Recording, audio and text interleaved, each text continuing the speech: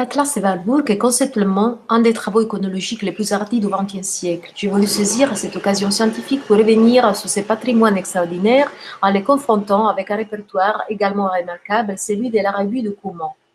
La récente publication de quelques documents inédits m'a paru offrir l'opportunité pour mon travail d'aujourd'hui qui voudrait enquêter les rapports entre ces deux répertoires pour éventuellement parvenir à mieux le connaître. Nous référons à deux entreprises culturelles contemporaines qui prennent forme dans un moment de profonde interrogation épistémologique de l'image et du document.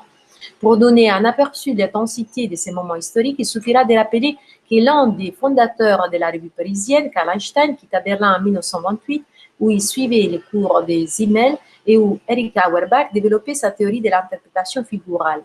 Quand on arriva à Paris, quelques jours plus tard, il pouvait assister aux leçons de Marcel Mauss à la Fondation des Annales et rencontrer Pablo Picasso et Daniel Kahnweiler. Quelques mois après la fermeture des documents, Horkheimer ouvrit à Francfort les Zeitschrift für Sozialforschung. Comme l'archive Warburg document centre sa recherche sur la photographie d'art, la photographie des détails, du marginal, une photographie qui devient significative lorsqu'elle est mise en relation avec plusieurs autres. L'objet de ces photographies est souvent une émotion excessive exprimée par un geste extrême. L'approche de ces deux projets est également semblable, contre-historique, anti-canonique, anti-esthétique. Il s'agit, dans les deux cas, d'une approche qui se veut méthode, est une méthode qui ne serait pas simplement orientée à la recherche en histoire de l'art, mais à la connaissance en général. Dans les deux cas, surtout dans le document, les photographies choisies portent sur des objets de provenance historique et géographique très variés, des images de valeurs esthétiques différentes qui sont mises en relation pour leur forme. Timbres, monnaies, esquisses, affiches, photographies, sculptures, des rituels évruriens, bronzes, étrusques, statuettes hellénistiques, objets d'usage quotidien. Dans les deux cas, on est conscient de proposer au spectateur une nouvelle vision du monde. Je cite Einstein, l'art transforme la vision entière. L'artiste détermine la manière dont nous formons notre image générale du monde. Il appartient donc à l'art d'organiser ces images. Et encore, les images artistiques sont significatives pour nous seulement si elles deviennent les moyens de destruction et de reconstruction de la réalité. Les images sont donc des outils pour intensifier les crises. On ne peut pourtant pas négliger les différences entre ces deux projets. L'Atlas de Warburg est notamment un projet solitaire auquel Warburg travailla à Hambourg de 1924, surtout de 1927, au moment de sa mort soudaine en 1929. Warburg disposa de matériel iconographique d'origine différente sur 63 tableaux en toile noire. Timbres, photographies, monnaies, sculptures, objets d'usage quotidien, bas-reliefs, gravures, affiches. Ces tableaux qui rassemblent un millier d'images mobiles seraient devenus, c'est le propos que Warburg témoignait dans son journal, 200. Leur but était de mettre en évidence pas juste la position synchronique de ces matériels hétérogènes, la récurrence de quelques formes expressives périphériques dites pathosformes, qui portaient à l'extérieur un état d'âme intérieur extrême et dynamique. À la mort de Warburg, Fritz Sachs hérita la direction de l'archive et décida de le mettre en sécurité à Londres. Le deuxième répertoire d'images que je prendrai en compte, c'est celui proposé par la revue de Coumont, qui sortit entre avril 1929 et janvier 1931, guidé par Georges Bataille en opposition à Louis Aragon et à l'aspect idéaliste ou surréalisme. Michel Herry, secrétaire de rédaction, écrit c'est avec Document que pour la première fois, Bataille se trouva en position de chef de file. Bien qu'il fût loin d'y exercer un pouvoir sans contrôle, cette revue semble maintenant avoir été faite à son image. Publication Janus, tournant l'une de ses faces vers les autres sphères de la culture, dont Bataille était bon gré mal gré en ressortissant par son métier comme par sa formation, et l'autre vers une zone sauvage où l'on s'aventure sans carte géographique ni passeport d'aucune espèce. À part Bataille, la rédaction était composée par l'historien de l'art allemand Karl Einstein, Pierre Espezel, qui comme Bataille travaillait au cabinet des médailles de la Bibliothèque nationale, et par Georges Rivière, qui venait d'arriver au musée du Trocadéro. Le projet était financé par Georges Wittgenstein, qui soutenait déjà la Gazette des Beaux-Arts, une opposition à laquelle, de Coumont, tout en partageant son siège au de la Boétie, se serait développé. Déjà dans son titre, la revue déclare son intérêt central pour l'élément de commentaire provenant des doctrines, archéologie, beaux-arts, ethnographie. Certes, l'archive-book est essentiellement un projet individuel destiné aux chercheurs, tandis que Document est une entreprise collective. Mais les deux proposent une méthode analogue et mettent au centre de leur action la photographie, élément qui avait intéressé Warburg depuis son voyage ethnographique en Amérique. Il faut rappeler qu'en Allemagne, une remarquable évolution était en train de s'opérer dans le milieu photographique grâce aussi à des innovations technologiques. La Neue Wege témoigne du changement culturel qui est en train de s'opérer et en 1928, Carl Georg Heise écrit « La caméra est capable de percevoir certains objets naturels plus clairement que l'œil humain ». Ce qui est commun à ces deux entreprises, c'est encore qu'elles ont conscience de proposer une nouvelle méthode. Dans les mots des axes, on voyait souvent Warburg debout, fatigué, travailler avec préoccupation sur ses boîtes des cartes mobiles pendant qu'il essayait de trouver la bonne place pour chaque carte dans le système. On aurait dit une perte d'énergie. Ce n'est que plus tard qu'on comprit que ce n'était pas de la bibliographie, c'était sa méthode. C'était sa méthode. Mais comment concilier les temps dionysiaques des batailles de Warburg avec la discipline qu'une méthode présuppose? Et puis, de quelle méthode s'agit-il? Pour les deux archives, il s'agit de donner évidence aux éléments formels les plus marginaux du paradigme des connaissances occidentales, de confronter des détails reprenant des gestes extrêmes, des émotions extrêmes. Les deux projets attribuent d'ailleurs aux spectateurs un rôle nouveau. Les chercheurs qui pénètrent l'archive Warburg ou les lecteurs des documents se trouvent confrontés à un espace complexe dont ces correspondances entre éléments discontinus qui, à partir de sa mémoire et de son intuition, le chercheur est appelé à mettre en relation analogique. Le rapport entre les images reste pourtant implicite. Dans le premier numéro de 1930, une table de 4 photos confronte l'image du mur d'une prison de Columbus qui s'effondre, un singe habillé en femme bourgeoise, les participants d'un rite d'initiation Taganica en bel ordre, un poisson qui en mange un autre. La notion centrale de ces images, celle de l'inversion de la règle, de l'espace, n'est aucunement donnée explicitement. Certes, il s'agit de deux projets qui respirent la même dimension historique, la même atmosphère culturelle, psychanalyse, cinéma, cubisme africain. Mais ce qui nous autorise à créer un rapport entre ces deux entreprises synthétise dans la figure de Karl Einstein, sur laquelle plusieurs récentes recherches ont attiré l'attention. C'est puis Einstein qui voulut pour document rédaction par moitié allemande, ainsi qu'à côté de l'article de Georges-Henri Rivière sur la révolution muséologique qu'il opérait au Trocadéro avec Rivet, se trouve dans les premiers numéros un essai sur une exposition chinoise à Berlin, signé par Hedwig Feichhammer, historienne de l'art allemande et seule femme de la rédaction.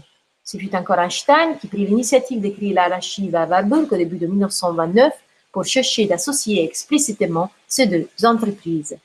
Plus jeune de 21 années de Warburg, Einstein était né dans une famille allemande juive, comme Warburg, et s'était intéressé aux études d'histoire de l'art au début du siècle à Berlin, en fréquentant les cours d'Henrik Böcklin et Georg Simmel.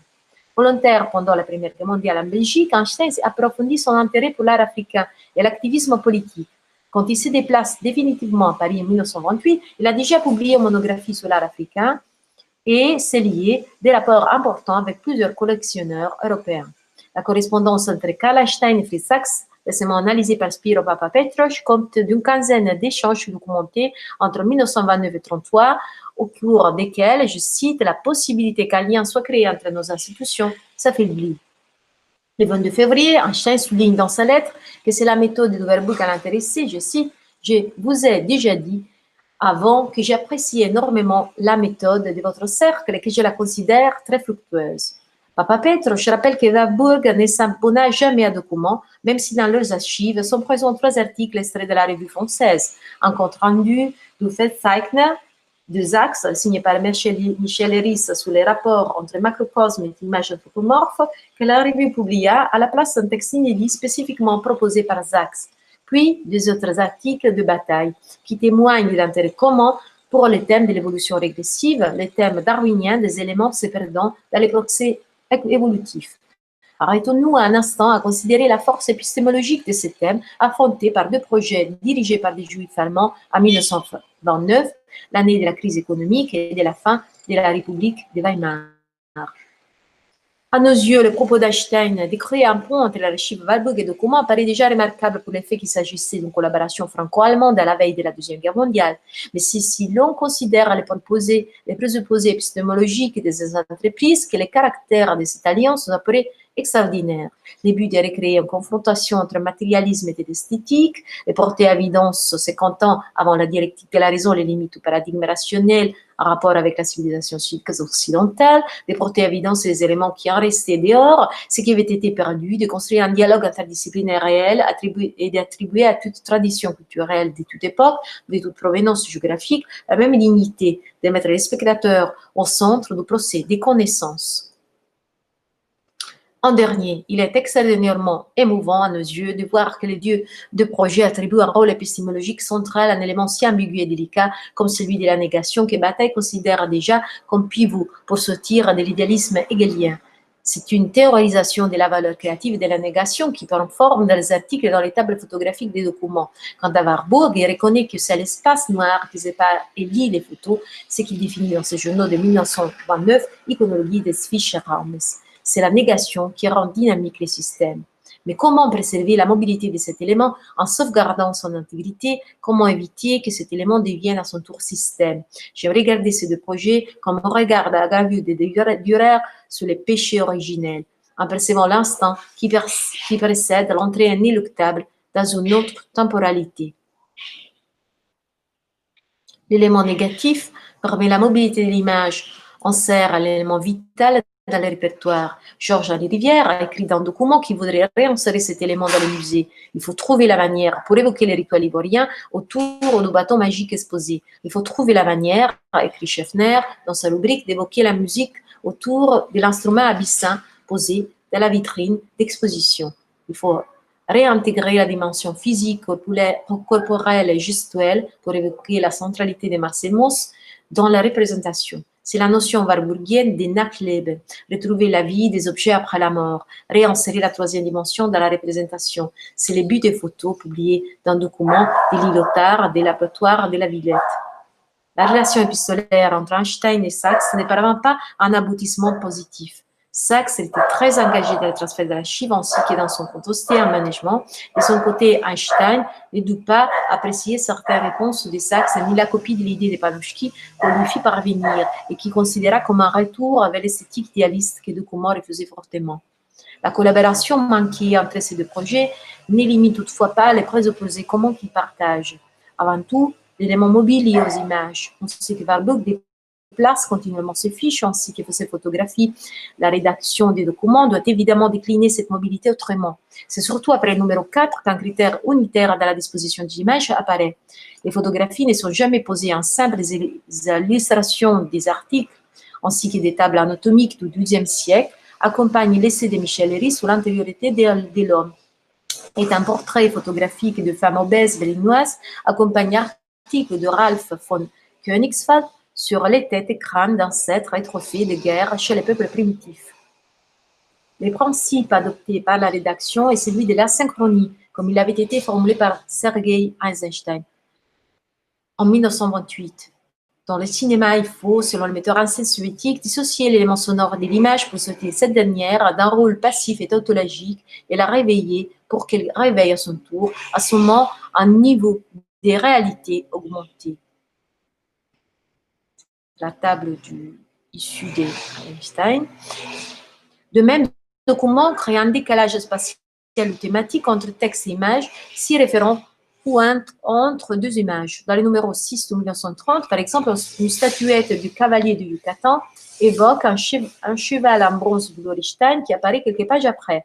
Dans le même numéro, les masques Janus du Cross River évoquent les têtes de Giorgio de Chirico, se trouvant quelques pages plus loin, ou encore les crânes brésiliens paraissant à la fin du numéro.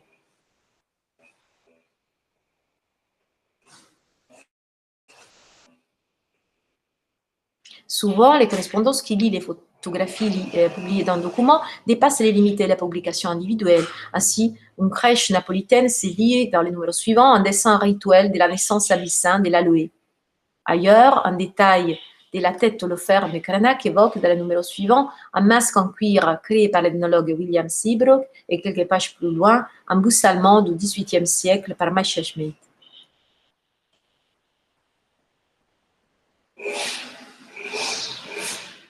Les photographies forment, pour reprendre les termes de Didier Huberman, une constellation de correspondances. C'est surtout par rapport à la rubrique dictionnaire que les tableaux composés du document prennent forme. On en voit un exemple extrait du numéro 5 de 1929 où se confrontent les éléments angéliques d'une miniature d'un sommet irlandais du Xe siècle, de peinture à l'éclat et une monnaie byzantine.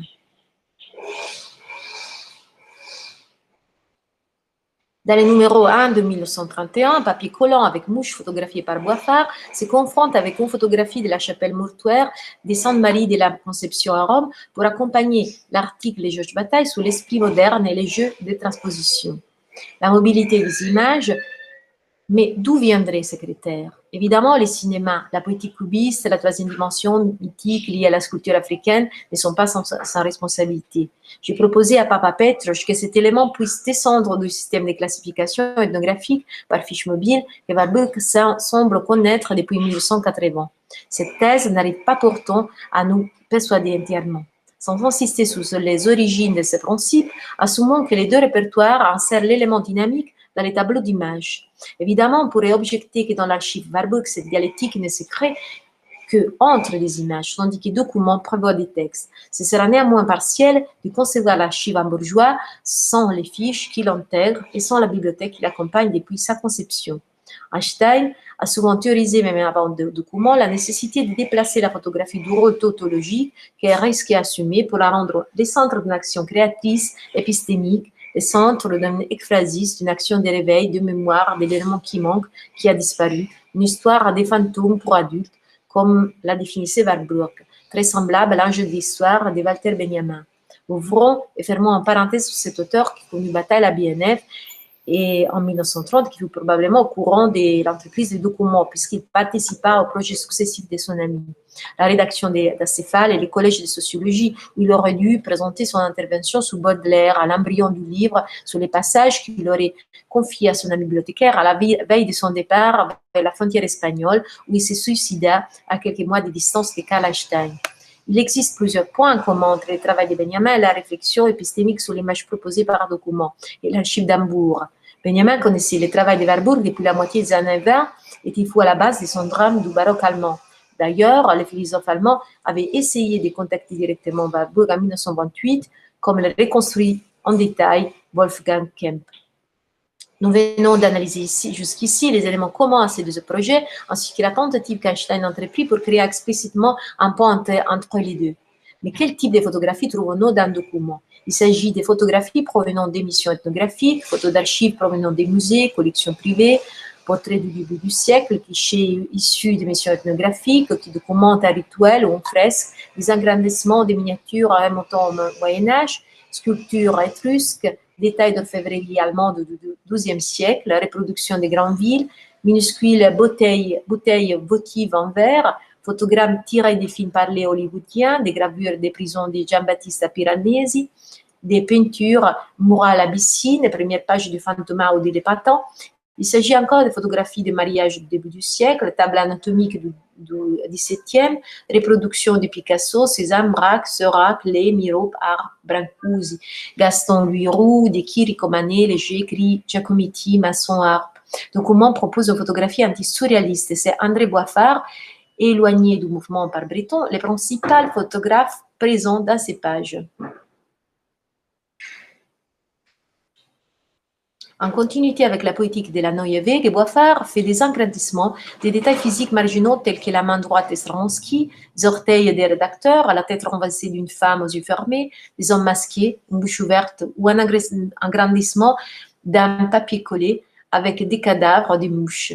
Il y a encore Lilotard, aussi romain d'origine parisienne, qui signe pour le document une remarquable série d'images où figurent les coins des quartiers ouvriers de Paris, près de l'abattoir de la Villette.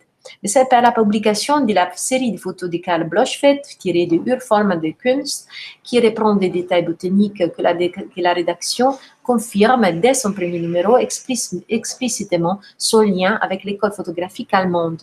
La poétique de l'agrandissement d'un détail est appliquée structurellement, par exemple, au massacre d'Antoine Caron ou au cadavre d'insectes photographiés en série par l'Institut de micrographie. L'archive et la revue. Les deux entreprises se conclurent avec une faillite. Einstein se suicida sur la frontière espagnole, Archibald dut fuir à Londres.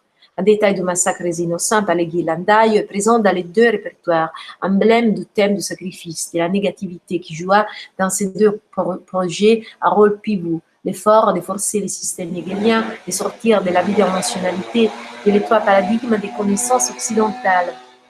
Ces détails nous rappellent comment ces deux répertoires ont essayé de révolutionner la forme et créer une méthode.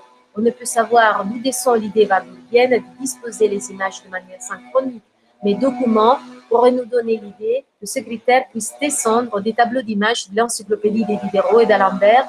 Il y aurait les mêmes efforts d'évolution des connaissances, la même tension entre intégrer une nouvelle dimension, les gestes, les mouvements dans l'image. Ce sont des tables issues des documents, puis les écarts de la nature fin du XVIIIe siècle derrière nous, et ça, des tables anatomiques. Warburg et documents proposaient une nouvelle méthode, un nouveau paradigme révolutionnaire qui était en même temps une dernière alerte, un dernier effort de voir autrement que les contemporains ne parviennent pas à comprendre.